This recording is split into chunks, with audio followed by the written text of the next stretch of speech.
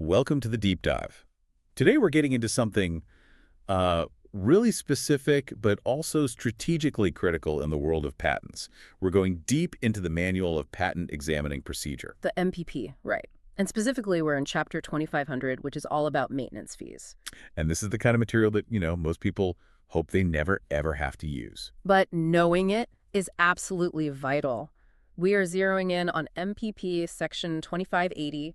It deals with a very particular kind of, administrative crisis. A crisis is a good word for it. It's about what happens when the USPTO refuses to accept and record a maintenance fee that you were sure you filed correctly and on time. Right. So our mission today is really to give you the procedural roadmap for challenging that refusal. When a patent owner sends that fee in before the patent expires, but the USPTO says, nope, not recording it, what's next? And this section, its full title is Review of Decision Refusing to Accept and Record Payment of a Maintenance Fee Filed Prior to Expiration of Patent. It's your legal lifeline in that exact situation. Think of this deep dive as, intellectual insurance. That's a great way to put it. For anyone managing a patent portfolio, understanding this section is the critical difference between correcting a simple clerical error and potentially losing the patent altogether. It's all about a rapid response and having the correct paperwork ready to go. Exactly. Okay, before we dive all the way in, a quick thank you to Mike Shepard. He's the creative director who organized this entire audio series. And now, the part we always have to do, the necessary clarity. Right, the disclaimer. So just so everyone is clear, this summary of the MPP was generated using AI tools, including ChatGPT and Notebook LM, so it might contain some errors or omissions. It's really for general educational purposes. This is not legal advice. Definitely not legal advice or a substitute for formal instruction. For the authoritative guidance, you absolutely have to consult the official MPP, a qualified instructor, or a registered patent practitioner. Okay, let's unpack this nightmare scenario. You know the fee was submitted before the expiration date. You've got the receipt, the tracking number, whatever. But the office sends back a decision refusing to record the payment. Why? Why would they even do that? And what's the immediate recourse? Well, the refusal usually happens because the submission itself was flawed in some way, not because the money was late. Maybe the patent number had a typo, or the payment amount was slightly off, or some other identifying info was just confusing. When you get that rejection and you're dissatisfied, the immediate legal mechanism you have to use is detailed in 37 CFR 1.377. Okay, 37 CFR 1.377. What does that actually let the patent owner do? Let's step away from the legal codes for a second and just call it what it is. It's a petition to record a timely payment. That's a perfect way to describe it. This petition goes directly to the director of the USPTO. To the director, okay. It's the specific vehicle for you to request that the fee, which you're saying was submitted on time, be formally accepted and recorded. You're basically asking them to override their initial refusal. So the whole point is to prove that the intent and the actual submission of the payment were timely. And the rejection was just based on some correctable, administrative technicality. Precisely. That makes the purpose of this tool really clear. Now, there's a little twist here, something that comes up elsewhere in the maintenance fee chapter. What if the USPTO accepts the payment, but only informally? Yes. That's where you might get what's called a Notice of Special Acceptance of Patent Maintenance Fee. Internally, people know it by its form number, the PTO 2143. The PTO 2143. That form number is key. Why is getting that notice almost as stressful as getting an outright rejection? Because the PTO 2143 is basically the office saying, hey, we got some money that looks like a maintenance fee, but something's not right and we aren't sure where to apply it. Right. So it confirms they have your funds, which is good. Yeah. But it leaves the patent vulnerable because the fee hasn't been officially recorded against the specific patent you intended. So the ball is right back in the patent owner's court. If the office sends that notice and then, say, misapplies the payment to the wrong patent, do you still use that same petition to record a timely payment to fix it? You do, absolutely. And that's a critical insight for anyone managing patents. Whether the USPTO rejects the payment outright or sends that special acceptance notice and then messes it up, the road to fixing it is the same. It's a petition under 37 CFR 1.377. So the refusal, or just the fact that the payment was misapplied, is the trigger. That's the trigger. Which brings us to the consequence of that trigger. The clock. You'd think you'd have some time to sort this out, but patent law is, it's not known for being forgiving with timelines. How tight is this window? The clock starts ticking the moment they issue that refusal, and it moves fast. The petition must be filed within a maximum of 2 months. 2 months? That is incredibly tight, especially if you think about how long it can take for a notice to travel through a big company or a law firm. It's extremely tight, and there's virtually no leeway on that 60-day window, at least not for this specific relief mechanism.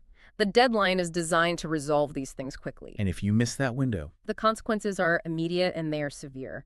If you miss that 2-month period, your petition under 1.377 will almost certainly be dismissed as untimely. untimely. And what does that mean for the patent? It means you've lost the simple administrative path for correcting a clerical error. At that point, the patent is officially expired for failure to pay the maintenance fee. That sounds catastrophic. How do you even begin to fix it after that? Well, you're forced into a completely different and much, much tougher legal process.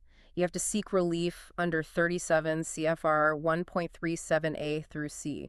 Most people call it the unintentional abandonment procedure. Okay, let's really underline the difference here, because this seems to be the core value of knowing about MPP 2580.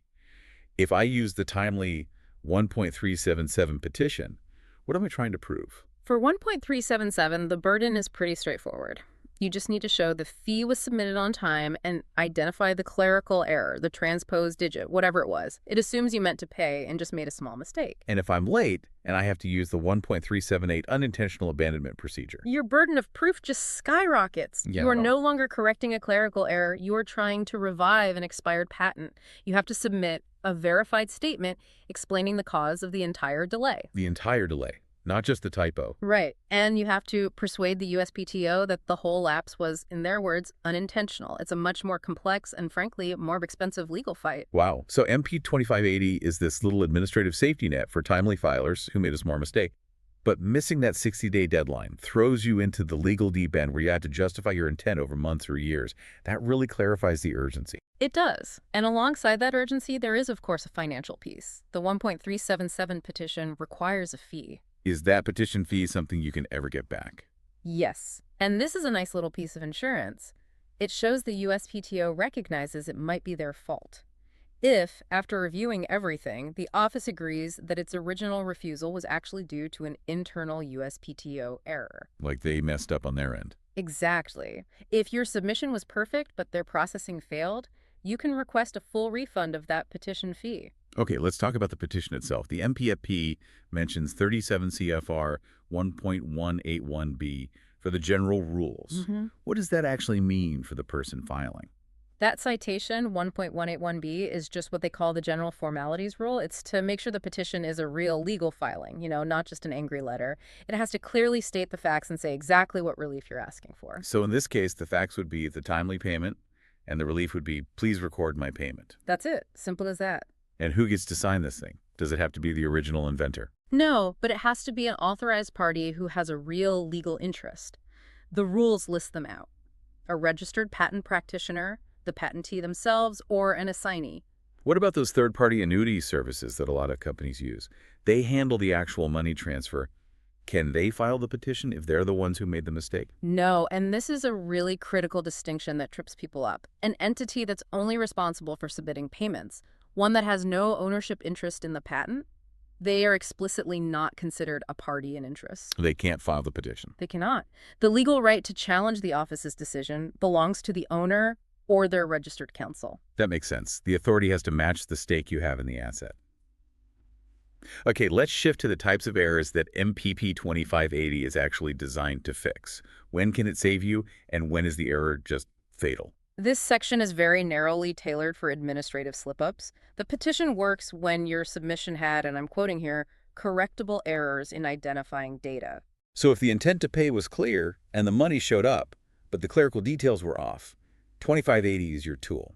That's the sweet spot. Give us the classic example of a good correctable error, the kind this rule was made for. The textbook case is a transposed digit in the patent number. Let's say your patent is 9,123,456, but someone quickly typed 9,123,465 on the form.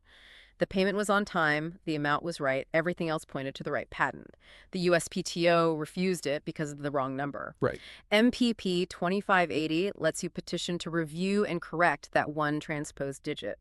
The core asset, the timely payment, is there. It's just that the destination label was a little bit off. That paints a really clear picture. It's for fixing clerical misdirection. Yeah. Now let's contrast that with the fatal errors. When is filing a 1.377 petition just the wrong move? The petition is not appropriate if the error goes to the very foundation of the submission. If you omitted the entire payment, you sent the form but forgot the check, or the wire transfer failed, 2580 offers you zero relief. Okay, that's obvious enough. And similarly, if essential identifying information was just completely missing, the USPTO can't be expected to guess which patent you meant to pay for. And there's a more nuanced fatal error too, right, regarding the identifiers. Yes. Let's say you did reference the wrong patent number. If you also reference the wrong application number, so now you have two different pieces of conflicting data that don't point to your actual patent. So there's no way for them to figure it out. Exactly. That kind of comprehensive error is typically outside the scope of what 2580 can fix. At that point, you haven't just made a typo on an otherwise correct submission, you've basically paid for a different patent. So the USPTO determines the money clearly points to the wrong patent. The owner then has to try to get that money back and then separately try to revive the original patent under that much harder unintentional abandonment standard. You've got it. The takeaway is really about administrative quality control. The USPTO will forgive a typo, but they won't apply a payment when the identity of the patent is completely ambiguous or just plain wrong across multiple fields. For our listeners who might actually have to use this procedure, where exactly does this petition need to go? All petitions filed under MPA 2580 using 37 CFR 1.377 have to be submitted to the USPTO's Office of Petitions. And that's in Alexandria, Virginia. That's right. And knowing the right mail stop, using tracking, all of that is essential to make sure you meet that strict 2-month deadline. So to sum this up, MPP Section 2580 is this procedural lifeline. It's a very specialized tool for those administrative near misses, helping you correct clerical errors when the fee was demonstrably paid on time. The whole thing just screams, double-check your work. It really does. And we can't stress that distinction enough. This is for data correction after a timely submission. If the payment itself never got there, or if you delay filing the petition past those 60 days, you lose this path and you face a much, much higher legal burden. You know, we've highlighted the absolute strictness of that 2-month deadline and how it starts ticking the moment the office issues its refusal. I'm left with a final thought. What broader implication does this rapid timeline have for how sophisticated patent owners need to structure their internal practices? The clock starts ticking no matter what caused the mistake. That's the key question, isn't it? It fundamentally demands proactive, real-time administrative diligence, not just legal diligence. It means a failure to properly manage your correspondence. Just failing to spot a refusal notice in a busy inbox can be just as fatal as failing to pay the fee itself. Wow. It implies that every patent owner has to treat the monitoring and internal routing of USPTO notices as a mission-critical function, because the consequence of a small administrative delay is a shift to a truly monumental legal burden. A very sobering lesson in the intersection of law and logistics. Thank you for walking us through this essential corner of patent procedure. And for everyone listening, please remember this deep dive is for informational purposes only.